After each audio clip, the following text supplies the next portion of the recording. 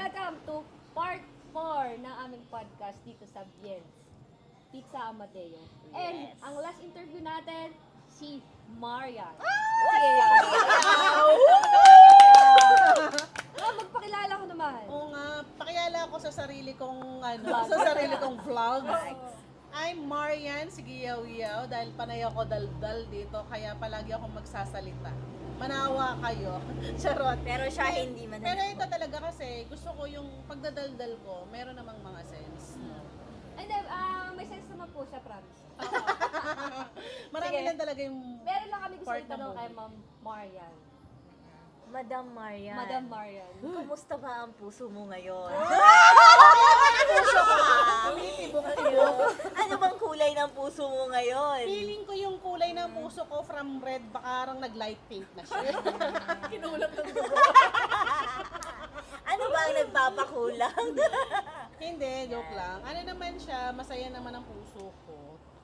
So, yun. Ayan, so ang tanong talaga natin kay Marian for today is, ano masasabi mo kapag pag-uusapan natin ang topic na blessing? Running in Oo. this Ako guys. talaga kasi, marami akong mga times na nagugulat na lang talaga ako. Lahat ng mga problema ko noon, nagkakaroon ng solusyon. Or hindi man naging total na solution, merong ibang alternative na ibibigay sa akin. At ang tawag ko doon ay blessing. Laging may mga counterpart na nasasaktan ako, like sa buhay pag ninegosyo. Ako kasi sobrang tagal ko na nasa business industry, sa totoo lang. Ang dami ko nang tinry. Nag-try na kami na magtiyanggian. Okay. Yung mga nakikita niya sa labas na nagtiyanggi-tiyanggi. Sobrang hirap na gawin yan. Pero profitable yan. Nagpo-profit kami dyan ng 10,000 a day. For how long si Tianggian? Pero syempre, ang Tianggian kasi, bazaar namin noon is lang siya, seasonal lang siya. Ang season lang ng bare months lang ang maganda dyan. Pero kapag kasi yan ay mga labasan ng pera eh. Oo. Yan yung talagang, yung tao, once na makahawak ng pera, pupunta sa iba para bumili. Yes. Noon. So ako noon, yung start namin noon is wala kaming kapital. So paano ko ginawa yon? Yung asawa ko kasi, meron yan ate na nasa ibang bansa. Tapos binibigyan nila kami hindi kami totally binigyan, nasa bahay nila. Ang way ng ng pagbigay nila ng support is items. Ibenta mo. Tumubo ka dyan, bigyan mo sa akin puhunan. Para instead magbigay ng money, instead magbigay ng pero nagbibigay pa rin naman ng toys, ng toothpaste, ng sabon, yung typical na pinapadala galing sa balikbayan boxes. So yun, yung mga pambenta, naiipon yun. Pinenta namin, tinagay namin sa Tianggi. Kasi ang rent namin sa Tianggi 2,000. So yun, nagtitianggi kami before. Sobrang hirap nun, kasi syempre, kung yung isipin mo na lang kung paano nila pinwesto yun. I-arrange mo yun bago ka magsimula. Tapos ikaw rin ang magwawasak nun. Magtatanggal ng nung tent, ititiklop mo. Sobrang hirap nun. Kaya nga, pag nakita mo may mga design dyan na naka-arrange pa, paggabi, tatanggalin din nila. Grabe, no? So yun isa sa mga naging negosyo namin hanggang sa lumago na, nagdagdag na kami ng mga items na sa amin na talaga kasi nauubos na yung mga branded items namin from Las Vegas from US So nung dinadagdag na namin puro mga toys kasi ang target market talaga sa loob ng bazaar para rin sa idea ng iba dyan, puro bata po. Bata talaga yan kasi yan yung mga humihila sa nanay. Ako magaling ako magpaiyak ng bata Talagang pagka alam ko na gustong-gusto, pinapatunog ko pa yun. Di ba namin may mga toys na nilalagyan ng battery, tapos matutulogin mo sa harapan nila, papasayawin mo. Nilalagay ko pa yun para lalo umiyak ang bata, hilain ang nanay. So kailangan po talaga namin siyang gawin bilang negosyante kasi yun talaga yung way namin para magkabenta kami. At kung may iba man na mga nabubuisit dahil ginagawa namin yun, it's part of our business, it's part of our job para kumita kami. Kaya yung iba na nakakapagpaiyak ng bata, naiintindihan ko yan. Pero talagang ang target market sa loob ng Tianggian, bata. Tapos yung mga matatanda, tapos gusto nila yan, mga damit-damit, yan. Pero kasi, pagka sa damit naman, madami ka na rin. Kahit naman sa toys, marami ka rin kaya kami lang din kasi noon, kaya kami nag-click noon na mag-asawa kasi hindi kami masyadong mataas magtubo. Talagang laging may puso kami sa ginagawa. Ano rin kami, after noon, syempre tapos na yung tapos na yung season ng Christmas, naglagay naman kami ng mga food cart. Mga nagbeta-beta kami mga silog-silog, burger, fries, or whatsoever. Nag-shake din kami, nagtindahan din kami. Tapos nung napsalta naman kami sa Maynila, nag-milk tea naman kami. Yun yung during the pandemic, nag-milk tea kami. Yan, during the pandemic talaga, I'm proudly to say na kumikita kami ng 100,000 before. Kasi, alam mo yung mga typical na makilala nyo yung mga kapihan sa Starbucks or yung mga nakikita nyo Tiger, ano pa ba yung mga sikat nyo na chat time, di ba? Yun yung mga sikat na talagang nakikita mo lang or makakainom ka lang kung meron kang 100 pesos. Kung wala ka 100 pesos, or sabihin na natin, ngayon lang naman nagkaroon ng mga 889 nung nagkaroon ng low cost Kung wala kang ganon, hindi ka makakainom. 'Di ba? So kaya ako, proud ako na sinasabi ko to kasi alam ko sa sarili ko, isa ako sa nag-invento ng mga low cost na mga milk tea na yan. So, ang ginawa ko, yung package ko, dahil during the pandemic, ano bang binibigay sa atin? Magkano binibigay yan sa mga bahay-bahay para lang mag-survive? Di ba nagbibigay sa 7,000? Yun. Saan na 7,000? Kaso hindi kami naabutan. Nang hindi kayo naabot. Po yung amin. Hindi. So, Meron pa po ba? sa majority Joke na lang. naka-receive Meron. nun, meron naman nun. So, yun yung naisip ko na ipalo ko doon yung yung business ko. Ang natanggap, hindi pala 7,000, 8,000. Ang ginawa ko sa package ko, 799. Binigyan ko na silang sukling piso. Mabait to. Mabait, diba? Kasi alam ko rin kasi yun, kasama rin sa napag-aralan ko during the time na naging empleyado ako, na swerte ang 99. Kaya lahat ng nyo sa dulo, lagyan nyo ng 9, 89, 79, 39, kahit 9. May psychology kasi yan kung bakit may 99. Meron yan.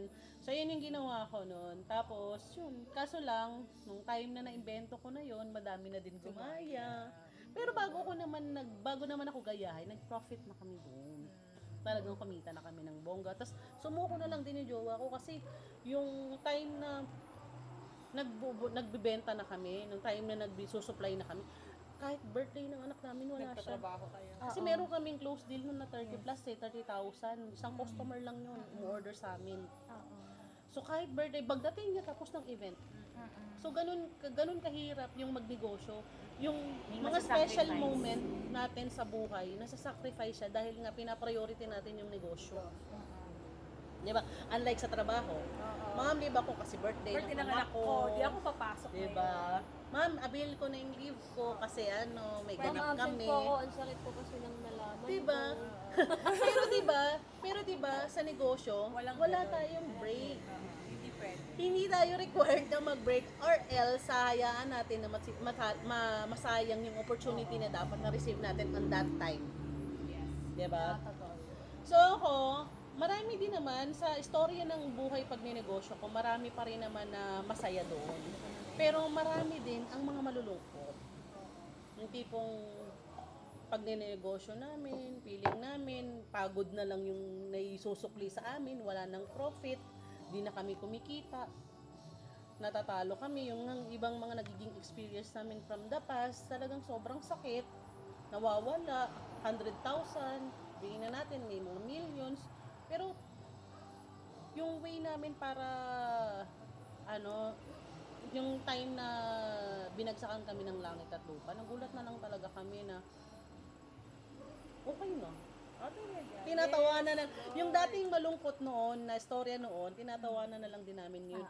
Kung baga kami ngayon, nag-start na lang ulit kami sa barya-barya na mga kita, pero profitable siya. Pero hindi na kami, alam na namin na safe na yung pinasok namin, alam na namin na may improve na namin siya, mag-expand na siya. So, hindi nangyari yun na nagkakaroon kami ng negosyo or papalit-palit na negosyo dahil lang sa amin. Nangyari din yun dahil sa blessing.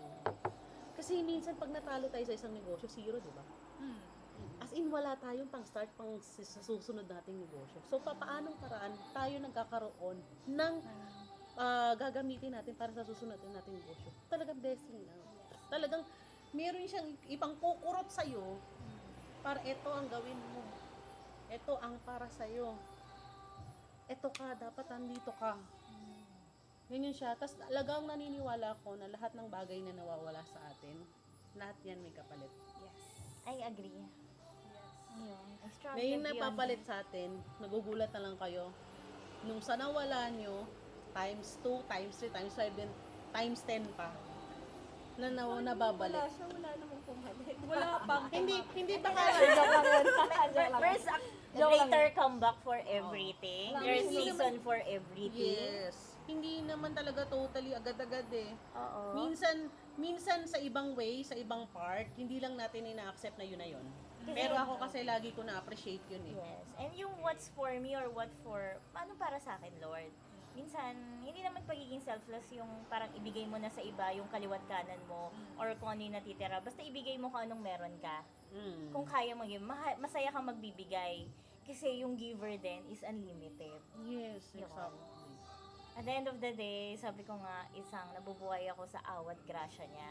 Oo. Daanan lang ako, bakit ko din bakit ko ibablock yung blessing na yun Tsaka para parang sa iba. naniniwala ako na Medyo na yung kapag ikaw ay mapagbigay or yung naglalabas ka ng pera sa ibang tao, tumutulong ka, bumabalik pala siya sa'yo. Oo naman. In a different way. Mm-mm. Hindi man dun sa pinagbigyan mo, but yung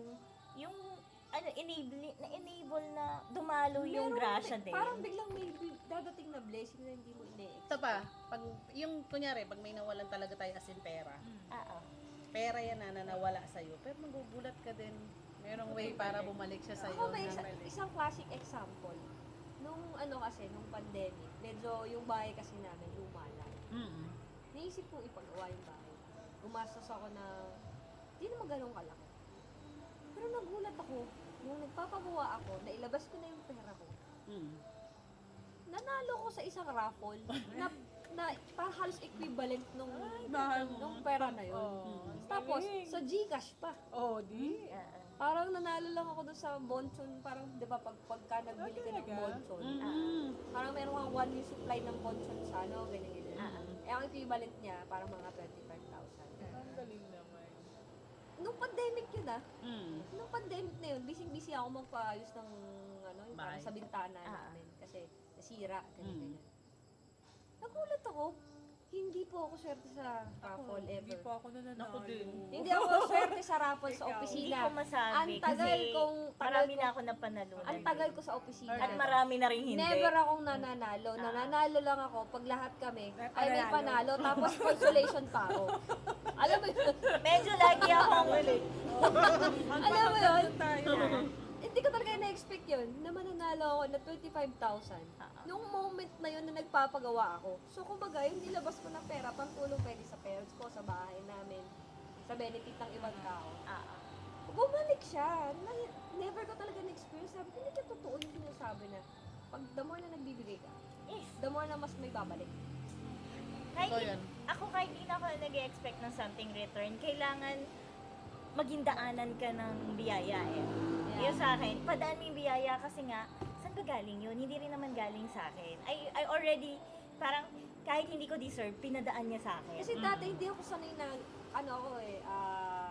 na nakakatanggap. Hindi, parang dati, sanay lang ako na pwede nakakatanggap ako kasi hindi naman ako negosyante. Sanay lang ako na nakakatanggap. Pero nung nag-i-start ako na magbigay, hindi bumabalik.